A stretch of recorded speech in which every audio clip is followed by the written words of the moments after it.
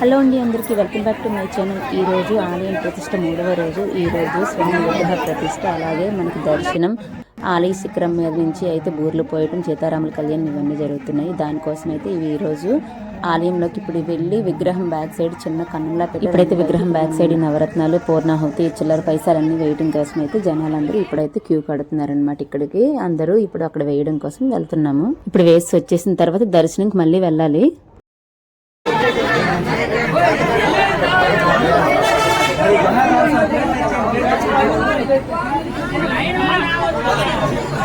అమ్మా మీరు మళ్ళీ వద్దురమ్మా చెప్పాను కదా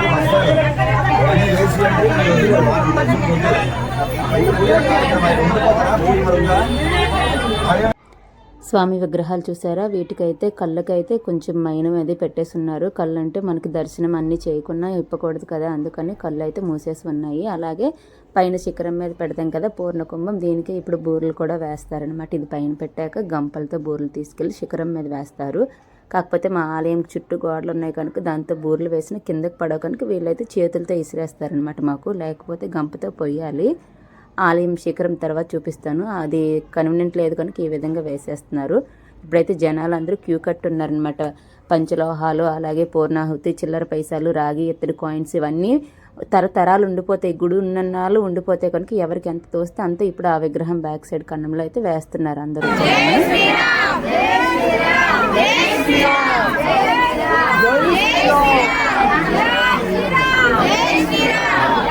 అస్సలు ఖాళీ లేదు, వీడియో తీయడానికి కూడా అవ్వట్లేదు అనమాట. ఇప్పుడు విగ్రహానికి అయితే తలకి, కళ్ళుకి, మొహానికి ఫేస్ కనిపించకుండా క్లాత్ కట్టేసింది. వెనక సైడ్ అయితే చిన్న హోల్ పెట్టారు. అందులో నైట్ కొనుక్కున్నవి చిల్లర పైసలు మనకి ఎంత తోస్తే అంత వేస్తామన్నమాట. ఇప్పుడు వేయడం కోసం లోపలికి వచ్చాము. విగ్రహం కళ్ళు అయితే కనిపించుకున్న మొహం మొత్తం కవర్ చేస్తుంది. ఇక్కడైతే అందరూ ఇప్పుడు తరతరాలు ఉంటాయన్నమాట. అందుకోసం నేను చేసినట్టు వరకు ఉండిపోతాయి. ఇవైతేను ఇవి వేసిన తర్వాత ఇప్పుడు మళ్ళీ బయటకు వెళ్ళిపోతాము. బయటకు వెళ్ళిన తర్వాత కళ్యాణం జరుగుతుంది సీతారాములు. ఆ తర్వాత బూర్లు వేస్తారు శిఖరం నుంచి. ఆ తర్వాత దర్శనం అయితే మనకి చూపిస్తారు. అంతవరకు ఇదైతే జరుగుతుంది. చాలా రష్గా ఉంది. వీడియో తీయడానికి కూడా అవ్వట్లేదు అనమాట. కానీ ట్రై చేసాము. మామూలుగా అయితే ఒక ప్లేట్ పెట్టేస్తారు. బయట కొన్ని చిల్లర పైసలు అన్నీ తెచ్చిన వాళ్ళందరూ కూడా ఆ ప్లేట్లో వేసేస్తే పంతుల్లో వెళ్ళి వేసేస్తారు లోపల. కానీ ఈ ఊర్లో మా అందరి సంతోషం కోసం ఏం చేశారంటే ప్రతి ఒక్కరూ కూడా లోపలికి వెళ్ళి వారి చేతితోనే అందులో వేసే విధంగా మాకైతే ఛాన్స్ ఇచ్చారనమాట. ఎందుకంటే ఈ 3 రోజులు భక్తి పరవశంలో అందరూ ఉన్నారు కనుక అందరూ తృప్తిగా ఈ రామాలయం ప్రతిష్ఠ జరగాలని అందరినీ పంపిస్తున్నారు. అందుకే చాలా ఫ్లోటింగ్ ఎక్కువ ఉంది. ఎందుకంటే టైమింగ్స్ ప్రకారం జరుగుతుంది. ఇది అయిన తర్వాత మళ్ళీ కళ్యాణం మళ్ళీ ముహూర్తం ప్రకారమే మనకి కళ్ళకి ఫేస్ ఓపెన్ చేసి చూపిస్తారు.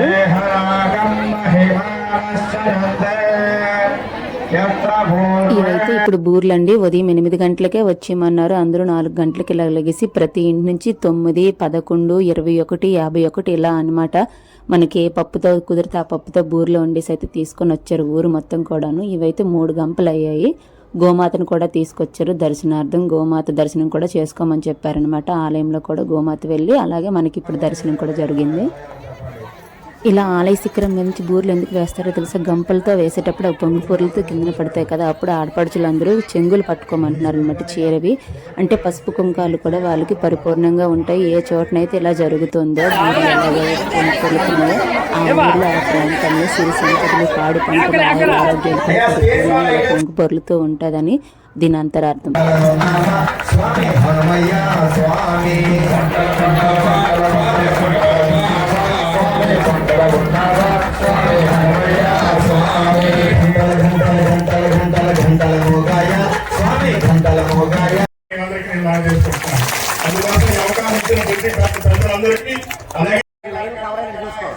ఇదైతే మనం ఇప్పుడు ఆలయంలోకి వెళ్ళి ఆంజనేయ స్వామి విగ్రహం వెనుకన ఉన్న చిన్న కన్నం పెట్టే రంగులో అన్ని వేసామని చెప్పాను కదా. నవరత్నాలు అందరికి సంబంధించి వెండి పలక అనమాట. ఇది వెండిది పలక, చక్రం అనమాట, శ్రీచక్రము. ఇది స్వామీజీ తీసుకొచ్చారు. అతని ఆధ్వర్యంలో ఏ గుడి ఓపెనింగ్ అయినా అతనే స్వహస్తాలతో చేయించి తీసుకొని వస్తారనమాట. ఇవి పూర్ణాహుతి సెట్లు ఇప్పుడు హోమంలో అయితే వేయిస్తారనమాట. దంపతులు ఎవరైతే కంకణం కట్టుకుని ఉన్నారో వాళ్ళతో పూర్ణాహుతి అనేది హోమంలో వేయిస్తారు.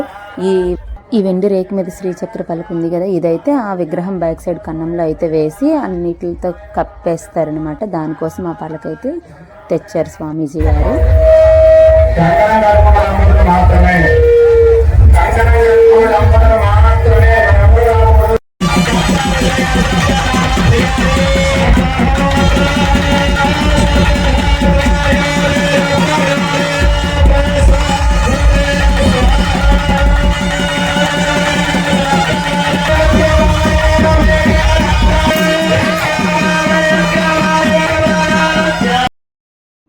రామయ్య తల్లి సీతమ్మ తండ్రి కళ్యాణం కోసం వేచి చూస్తున్నారు.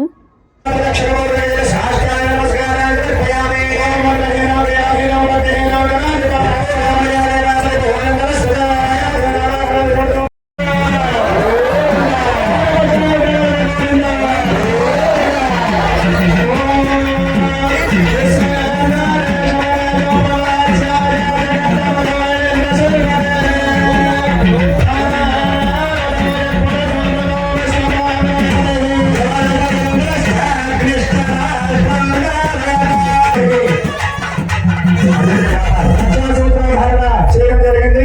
ఇప్పుడు ఆ స్వామివారి యజ్ఞం వేద ధారణ చేయడం జరుగుతుంది. ఆ యజ్ఞం వేదాన్ని ముందుగా యజ్ఞం వేదాన్ని చూపిస్తారు. జై శ్రీరామ్.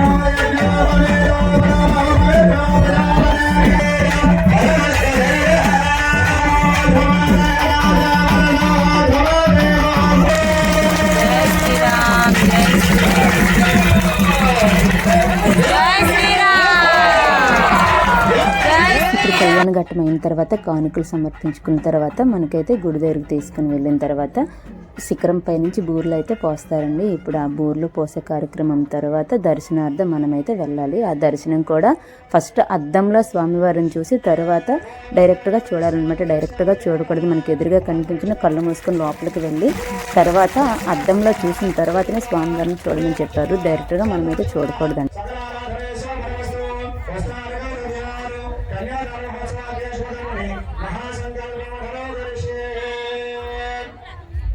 నమస్కారం చేయండి. ఇప్పుడు ఆ మహాసంకల్పాన్ని బాగా చెప్తున్నారు. ఆ మహాసంకల్పంలో ఉండేటువంటి మనకి ఎన్ని దేశాలు ఉన్నాయో ఎన్ని నదులు. ఇప్పుడు మొదటిసారి దర్శనంకి వెళ్ళేటప్పుడు డైరెక్ట్గా స్వామిని అయితే చూడకూడదంట. ఎదురుగా నిలువుట అద్దం పెట్టారు. నిలువుట అద్దంలో స్వామిని చూసిన తర్వాతనే డైరెక్ట్గా అప్పుడు చూడమన్నారు. ఎందుకంటే మనం పిల్లలు పుట్టేటప్పుడు బారసాల శాంతి చేసుకుంటాం కదా. మొదటిసారి తండ్రి ఎవరైనా ఎప్పుడు నూనెలో చూస్తారు కదా మొహం, ఆ విధంగా అనమాట.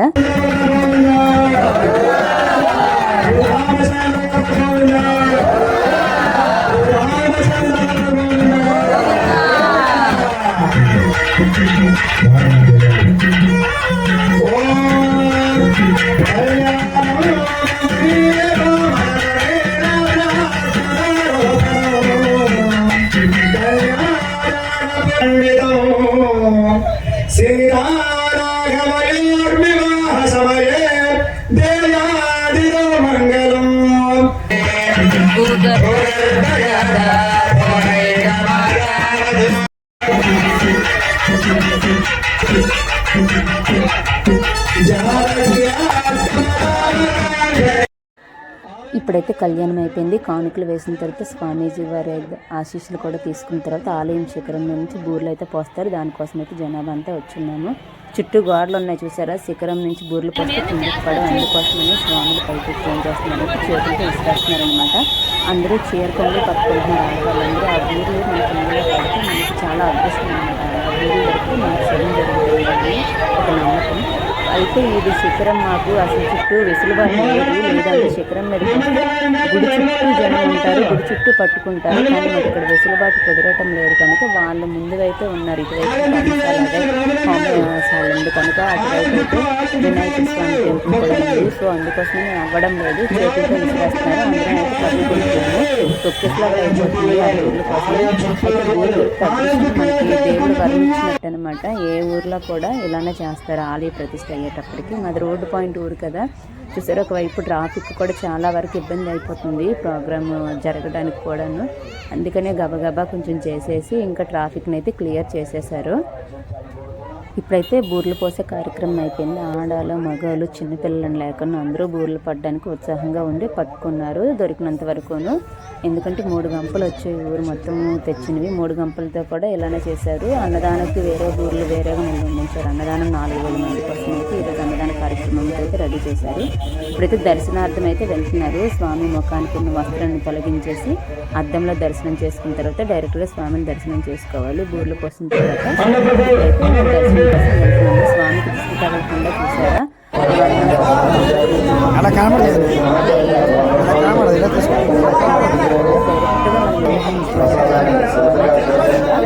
అర్థంలో చూస్తున్నాం అనమాట. ఆటోమేటిక్గా అక్కడ స్టెప్స్ ఎక్కేసరికి స్వామి